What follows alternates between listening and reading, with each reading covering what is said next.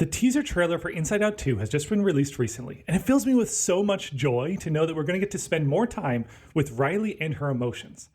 But it also fills me with some questions, the biggest of which is, why does Riley get extra emotions? We see into the minds of other people in Inside Out 1, and they all have 5 emotions, just like Riley does throughout the course of her experience as a child. So why is she suddenly getting extra emotions? Well, to answer this question, we have to look at what we know about this upcoming movie and put the pieces together to kind of make an educated guess as to what is happening here. So what do we know about these emotions? Well, we know that she's getting 4 new emotions. We've been introduced to anxiety in this trailer, but in the poster that has come out already, we see 4 new emotions coming up out of the ground underneath the 5 that we know. So we know she'll have at least 9 total emotions in Inside Out 2. They don't tell us directly what these emotions are, but they kind of do tell us what they are. At the end of the teaser trailer, we get this listing of emotions. This is the feel-good movie. This is the feel-sad movie. And it goes through these emotions. And it looks like it gives us this huge list, but it's actually just cycling through. If you slow it down, you can see it's actually just cycling through 9 emotions over and over again. Those 9 emotions start with the 5 that we know. Feel good, sad, angry, disgusted, and afraid. And those words all match up with the colors of the emotions that we already know. The 6th name that it gives is feel anxious. And once again, the word is in orange. This matches with the new emotion that we've just been introduced to. So this is some pretty good evidence that the other 3 emotions that it names will tell us both the new emotion and the color that will correspond with them. And this gives us embarrassed, envious, and...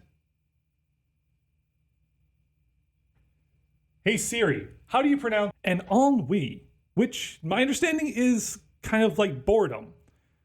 So this gives us an idea of what we can expect, what emotions we can expect to be joining the party. But this doesn't answer why, it just answers who. So it still leaves us with the question of, why is Riley getting these 4 new emotions when we don't see them in the adults in the first movie? Well, to answer that question, we need to look and compare the child emotions with the adult emotions. Because we know that this movie is going to be exploring puberty, the transition from child to adult.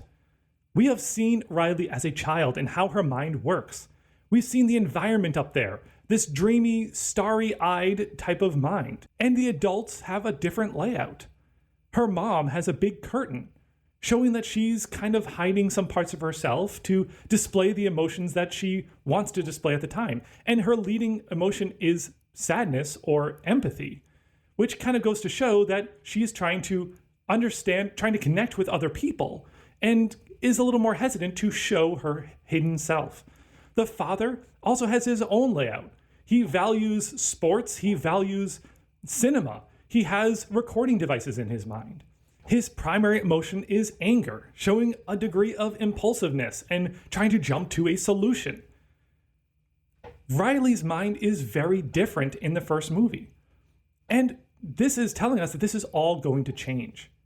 When the demolitionist people show up in her mind in the teaser trailer, they don't remodel her mind. They just demolish it. This tells us that that her mind is going to be changing. She is moving away from this starry-eyed child where everything is dreamy. But she doesn't yet know what she's going to become, who she is going to be. She needs to discover her values and how she wants her mind to be laid out. Another change that we see between the children and the adult is how organized that mind is. We see 2 children, Riley and the boy at the hockey rink. Both their minds have their emotions all over the place. They're standing, there's one person at the console at a time, or they're just sitting on the floor crying. They're all over the place. They are unorganized minds.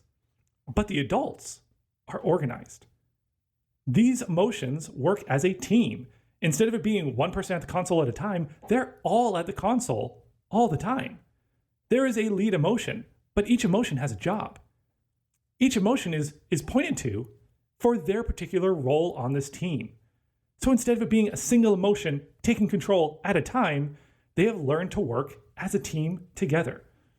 And I think that is one big change that we are going to be seeing in this movie, is Riley's movement from an unorganized mind to an organized mind. In Riley's movement from an unorganized mind to an organized mind, there are some decisions that have to be made.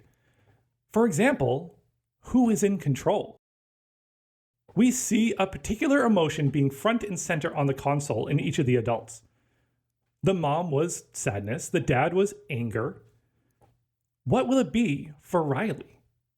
Now, Joy has taken the lead as a child. Joy has been the one trying to organize everyone. She has taken control and the others have allowed her to, so naturally, Joy seems like the logical choice here. But I think that's where anxiety is coming in.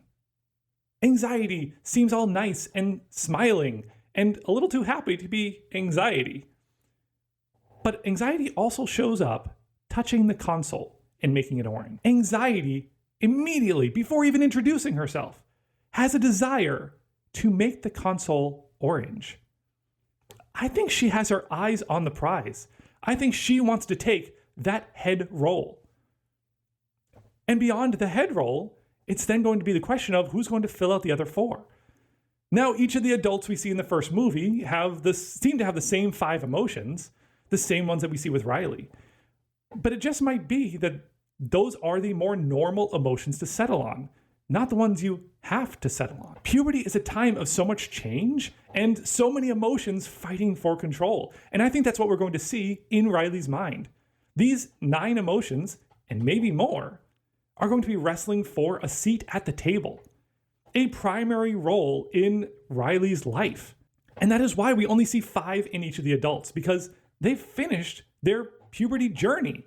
They've finished that role and they've decided on the 5 that will be sitting at the table, the primary table in headquarters, and who will be leading the group. But Riley is at the onset of that journey. And so I think it is possible that some of these new emotions could be replacing old emotions at the table, replacing the emotions on the team that will be Riley going forward. So what would happen to the other emotions? Because there are 9 and they're not just going to be pushed in the pit of forgetfulness or whatever that was called. They're not going to just be cast aside and forgotten. They are going to have a role. It just may not be a primary role. Once again, looking at the adults, you don't see their entire brain. You just see the main console in headquarters. The mom's mind in particular has a big curtain, a big orange curtain. And it may symbolize that there are more emotions in the back, more emotions playing more of a consulting role rather than a primary role. And I think this is the way it's going to go in Riley's mind. This movie is going to explore the battle royale amongst the emotions for control of Riley's mind. And in the end, they're going to have to find a way to work together and decide who will be the primary 5. And the idea that the 5 emotions at the table aren't going to be the exact same emotions as when they were a child can be seen at least in one of the adults from the first movie. The bus driver. His emotions have 5 different colors, and the colors seem to match with what we'd expect. But if you look at the emotions themselves, they are not joy and sadness and disgust and fear as you would expect to see them in the other minds. They all look like anger. And I think this is evidence that the emotions themselves can change. And the influence of things around them can change who sits at that table. Maybe the primary 5 will be there most of the time, but maybe anxiety will need to play a larger role at some point down the road. And if it wasn't at the main table, the adults could call on anxiety to have a seat.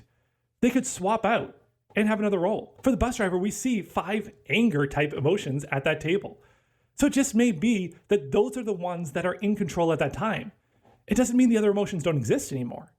It just could be that they are in the back, waiting for his route to be done so they can return and get him back to his normal state. In the end, this movie is going to be an exploration of the changes Riley is going through as she transitions from a child to an adult. And so I think these are the changes that are going to happen. These new emotions are coming in. They're going to get to see headquarters. Headquarters then needs to decide how it will be organized. What will it look like? What priorities and values will Riley have? And what emotions will be in control? who will be the primary emotion, which four will have the other main seats at the table, and who will be a consulting role in the back.